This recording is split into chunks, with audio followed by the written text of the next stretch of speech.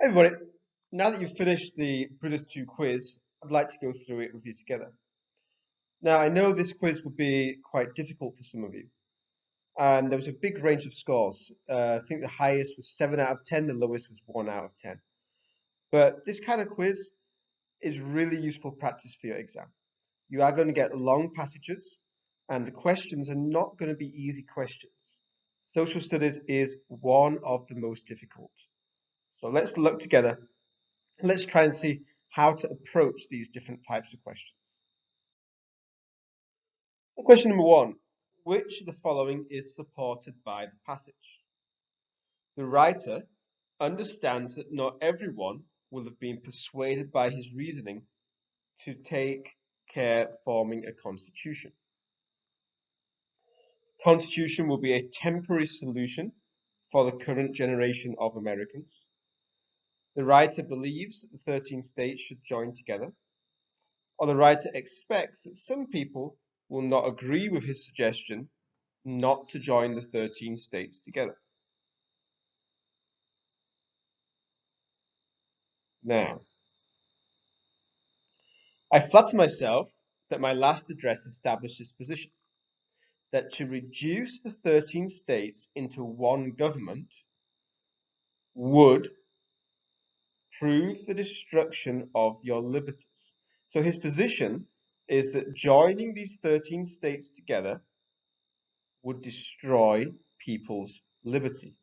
So the third answer here, that the states should join together, is not true, because joining them together will destroy liberty, according to the writer. So we can take away this answer. Now, when you're doing the quiz, sometimes the answers change places. So be careful. It might not be the third answer when you were doing it, but the one that says he wants them to join together has to be wrong. But at least this truth should be doubted by some. I will now proceed to consider its merits. So in case this truth, this statement, this position is doubted, I will proceed to consider its merits. Though it should be admitted that the arguments against reducing all the states into one consolidated government are not sufficiently fully to establish this point. So, what is not full? The argument against reducing all the states into one is not established. So the argument against joining the states together has not been completely made. So we need to look at answer number one and answer number four carefully. The writer expects that some people, or understands that not everyone, some people is the same thing, will have been persuaded by his reasoning, will not agree with his suggestion. Okay. The first one is that you need to be careful when you make a constitution. The last one is not to join the 13 states together. Well, this is about joining the states together. It's about making one consolidated government. Consolidate means to join together. So, we need to choose between the first one and the last one. The first one is about the arguments for making a constitution. The last one is the arguments against joining the states together. So the correct answer is this one. He understands that not everybody, that some people will not agree with his idea that the states should not join together. He is not saying that you need to be careful making a constitution. He does not want the states to join together at all. So he does not want to make a constitution at all. And the other one, temporary for the current generation, but it's said, is designed, the constitution proposed is designed not for yourselves alone, but for generations yet unborn. So this is going to be for a long time. It's for your children, for your grandchildren, for your grandchildren's children. It's for the future generations, not only for you. That's why this one is wrong. Now, what can we infer? The author is Federalist, the author is Anti-Federalist, the author is a Democrat, or the author is a Republican. You should know that the Constitution in America was made at the Constitutional Convention, which was in 1787. 1787. If you know your timeline, and you know that this constitution was being debated around 1787, and you also know that the Republican Party was made later, the Republican Party was made around 1856, then from your general knowledge, you can say that he cannot be a Republican because there were no Republican parties. In the beginning of America, the two parties were the Democrat Party and the Whig Party. The Republican Party was made in 1856, and they were an abolitionist party. Both the Democrat Party and the Whig Party, they were in favor of continuing slavery in some parts of America. So those people that were completely against slavery had to make a new party, some party that would fight for what they believed, and that party became the Republican Party. So if you remember that, then you can take away the Republican answer very quickly. Actually, this does not talk about any political party, so we can take away Democrat as well. Now, Federalist means he wants to join all the states together. Anti-Federalist means he does not want to join all the 13 states together. So what do we have here? To reduce the 13 states into one government, which would be a federalist position, would destroy your liberties. Destroy your liberty is not a good thing. So he does not want to join these states together. So he must be an anti-federalist.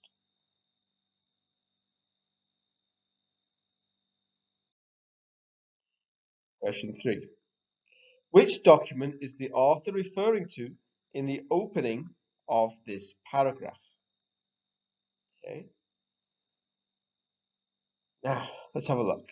If we may collect the sentiments of the people of America from their own most solemn declarations, they hold this truth as self-evident that all men are by nature free. What does this refer to?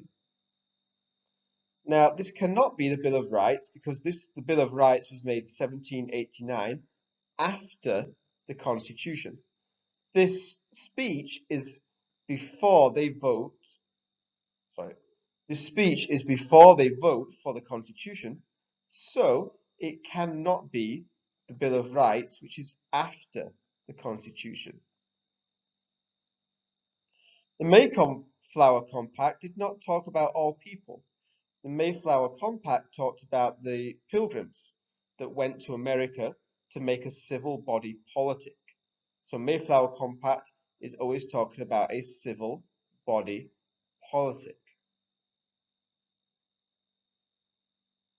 This is not talking about a civil body politic. This is talking about all men are by nature free. So what is this referring to? Well, you might remember that when America wanted to leave the British Empire, they sent a document to the British, the Declaration of Independence.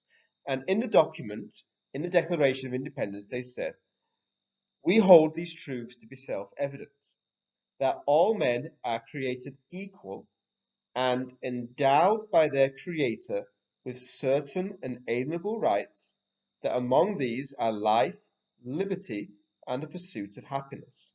So they said, we hold these truths to be self-evident.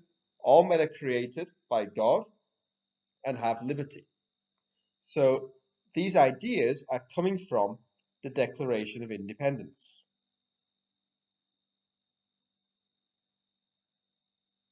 The Constitution is what he is arguing against. These ideas from the beginning of the paragraph, from that first sentence, come from the Declaration of Independence, which was written before this. Number 4, why were governments originally formed?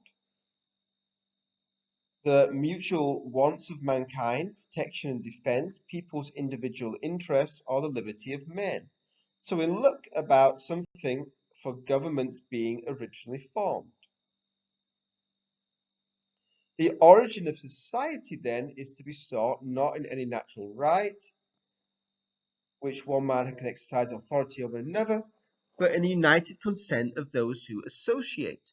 The mutual wants of men at first dictated the propriety of forming societies. So the mutual wants of men led to societies being made, not governments being made. So the mutual wants of mankind cannot be the correct answer. And when they were established, I'm continuing the passage, when they were established, protection and defense pointed out the necessity of instituting a government. A government was necessary for protection and defense. So why were the governments originally formed? For protection and defense. Okay. It says, naturally, everybody pursues his own interest. In nature, everybody pursues his own interest. Not in a government. A government is there to protect the society, to defend the society.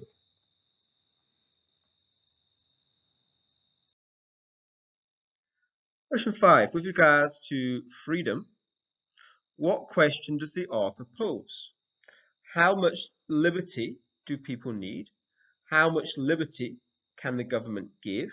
How much liberty is too much liberty? How much liberty must people give up?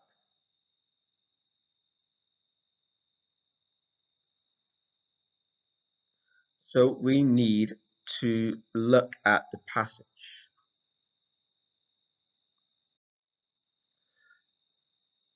So as we look at the passage, let's start around here. The common good, therefore, is the end of civil government and common consent, the foundation on which it is established.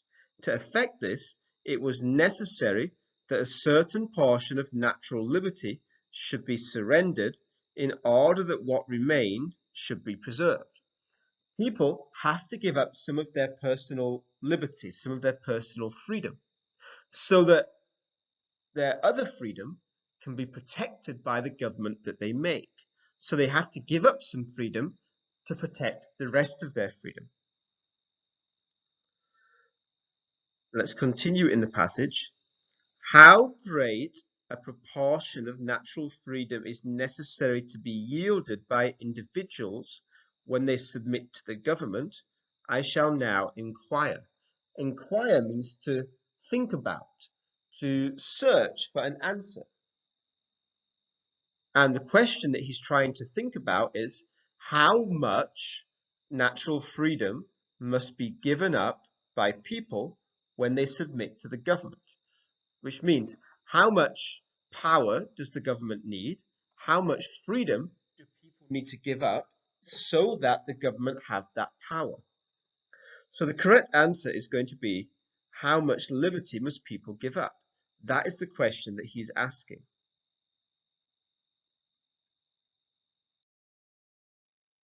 Question 6 and 7, we have a new passage.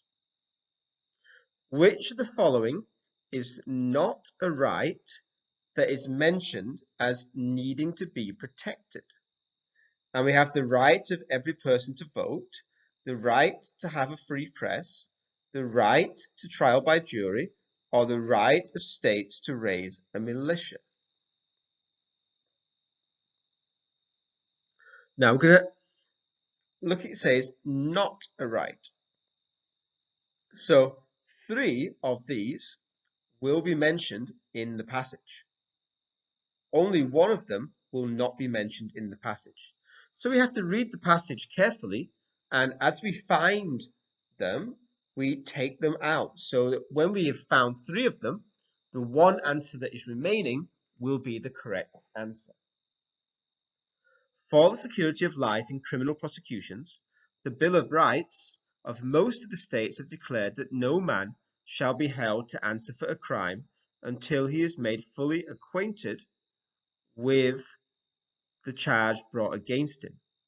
He shall not be compelled to accuse or furnish evidence against himself. The witnesses against him shall be brought face to face, and he shall be fully heard by himself or counsel. That is essential to the security of life and liberty. The trial of facts in the vicinity where they happen are not provisions of this kind necessary in the general government as in that of a particular state. The powers vested, okay, this first paragraph is talking about all of the rights of the accused, the rights to be heard, the rights to see evidence, the right not to give them any power. Now, I'm just going to skip forward a little bit to the next paragraph. For the purpose of securing the property of the citizens, it is declared by all the states that in all controversies at law respecting property, the ancient model of trial by jury is one of the best securities of the rights of the people. So does not the same necessity exist to reserve this right under the national compact as in these of the states?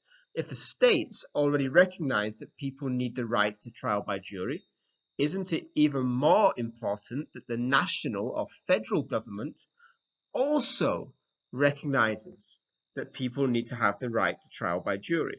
So this one is mentioned in the passage. Now, it also continues, in the Bill of Rights of the states, it is declared that a well-regulated militia is the proper and natural defense of a free government. That as standing armies in times of peace are dangerous. They are not to be kept up, and the military should be kept under strict subordination to and controlled by the civil power. So it says that states need to have a militia.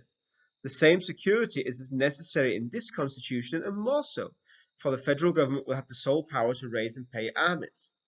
So it's saying that states need to have the power to make a militia to protect them against a too powerful government. Let's continue. I might proceed to instance a number of other rights which were as necessary to be reserved, such as that elections should be free. Now, it does talk about elections being free, but it does not talk about every person having the right to vote. That the liberty of the press should be held sacred, the freedom of the press. So the freedom of the press is directly stated. It says that elections need to be free, but the answer says that every person should vote or have the right to vote. When this was made, black people could not vote. Women could not vote. Only white, free males over the age of 21 would have the right to vote. So this is not arguing that every person should be able to vote, only that elections be free elections. So the correct answer is the right of every person to vote. 7. What conclusion can you infer that the author has? This is a tricky one. Because the Constitution has not prohibited the rights mentioned, there is a chance that the government may abuse their power, so there needs to be a Bill of Rights. Because the Constitution is concerned with the activities of government, there is no need for a separate Bill of Rights. So this one says there must be a Bill of Rights. This one says there is no need for a Bill of Rights. Next, the only areas that people need to be concerned about are the power of suspending the habeas corpus to make ex post facto laws, pass the bills of attainder, and grant titles of nobility. Now, this kind of comes from the end. The only question, yes, so around here. If everything which is not given is reserved, what propriety is there in these exceptions? Does the Constitution anywhere grant the power of suspending habeas corpus to make ex post facto laws? pass bills of attainder or grant totals of nobility?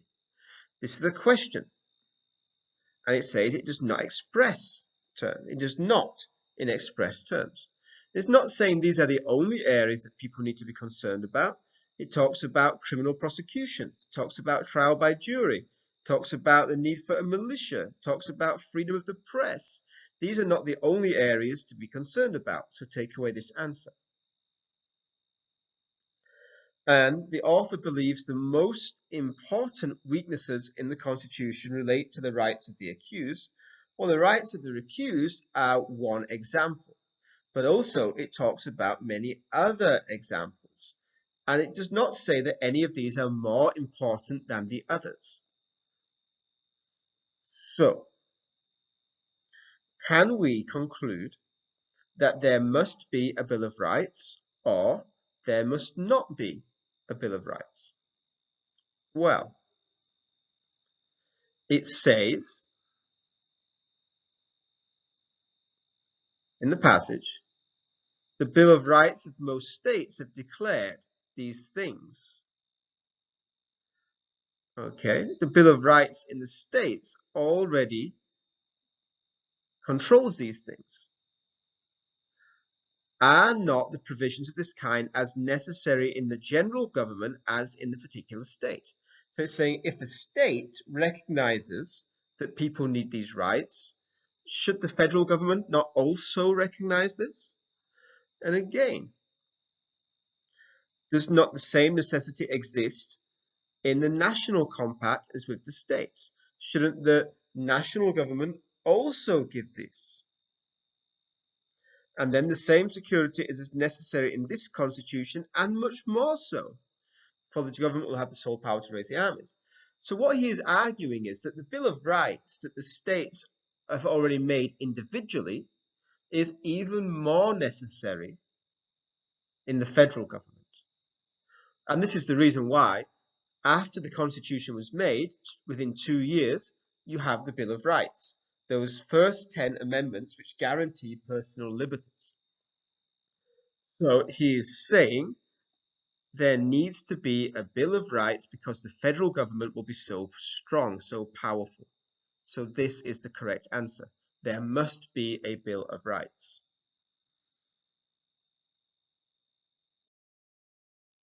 Question 8. Why does the author quote from Article 6 of the Constitution?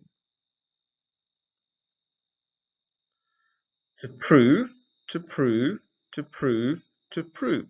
Okay, so all of the answers start with the idea of proving something. What's different?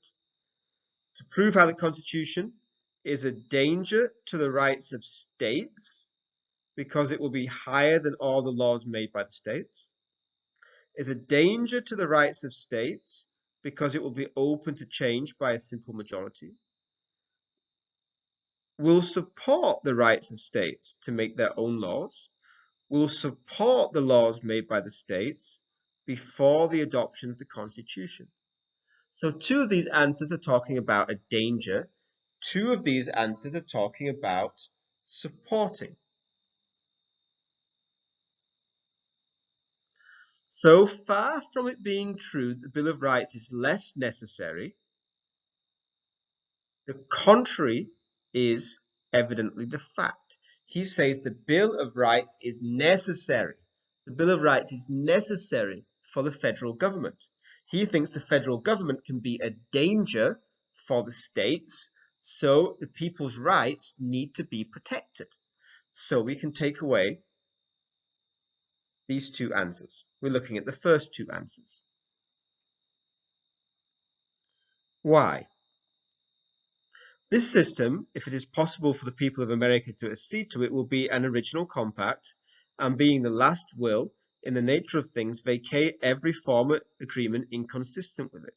Vacate every former agreement inconsistent with it. It will nullify any old agreement that does not match it. For it being a plan of government received and ratified by the people, all other forms which in our existence at the time of its adoption must yield to it. Any other law that already exists when the Constitution is made must yield, must give up to the higher constitution. This is expressed in positive and unequivocal, very clear terms in the 6th article. This Constitution and the laws of the United States which were made in pursuance thereof, and all treaties made or which shall be made under the authority of the United States, shall be the supreme law of the land, and judges in every state shall be bound thereby, and anything in the Constitution or laws of any state to the contrary notwithstanding. So anything that is against the Constitution in any state of the country will not be standing, will be rejected. So the idea is that the Constitution is a danger to the rights of the states because it will be higher than any of the laws that are made by the states. So this is the correct answer. Nowhere in the passage does it talk about changing by a simple majority. So we can take away the other answer. For this kind of question, where you see that all the answers are about proving something, try to divide them into different groups. This time we could divide them into those that are against the Constitution and those that are in favor of the Constitution. And then we start by trying to remove one of those big groups by seeing if this passage is in favor of or against the Constitution. And then we have to look at the small detail to try and get the final answer. So question number 9, which principle of government does the process of making a treaty not support? Limited government, checks and balances, separation of powers, or majority rule?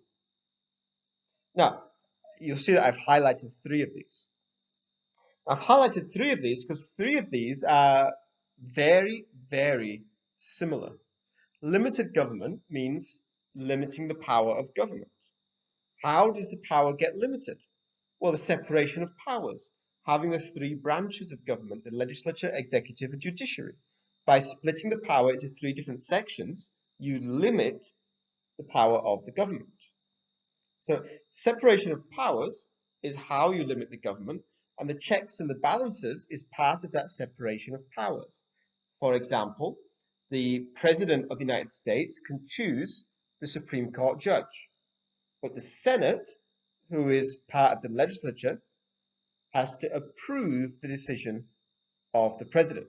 So the executive can choose, but it must be ratified by the legislature. Another example. The legislature makes the laws, but the president, the executive, can veto the law. And the legislature can override that veto of the president. So 3 of these answers are so similar that because we are looking for an answer that does not support, and we know that 3 of the answers will be supported, we could guess straight away that we're talking about majority rule, because this is the answer that is different to all of the others. Does the passage support that guess? Well, it says that the power to make treaties is given to the president with the advice and consent of 2/3 of the Senate. So the executive can make the treaty, but the legislature have to agree to the treaty. So we're limiting the power of the president, and we're limiting the power of the legislature. We are separating the power between the president, the executive, and the legislature. We are balancing or checking the power of the president by giving some power to the legislature, to the Senate. So all 3 of these principles are supported by this process of making a treaty. The only thing that's not there is majority rule. Actually, it says 2/3 of the Senate. Majority just means more than half. Here we're talking about 2/3. So majority rule is just not supported in this small passage. Next question. Which future document might solve some of the problems which the author raises? So what he wants, okay, this will appear more necessary. All the problems are there. This constitution might take power over the states. Ought not a government with such extensive and definite authority need to be restricted by Declaration of Rights? So the Declaration of Rights would be the Bill of Rights. Now, because it says future document, you know the Mayflower Compact was made in 1620.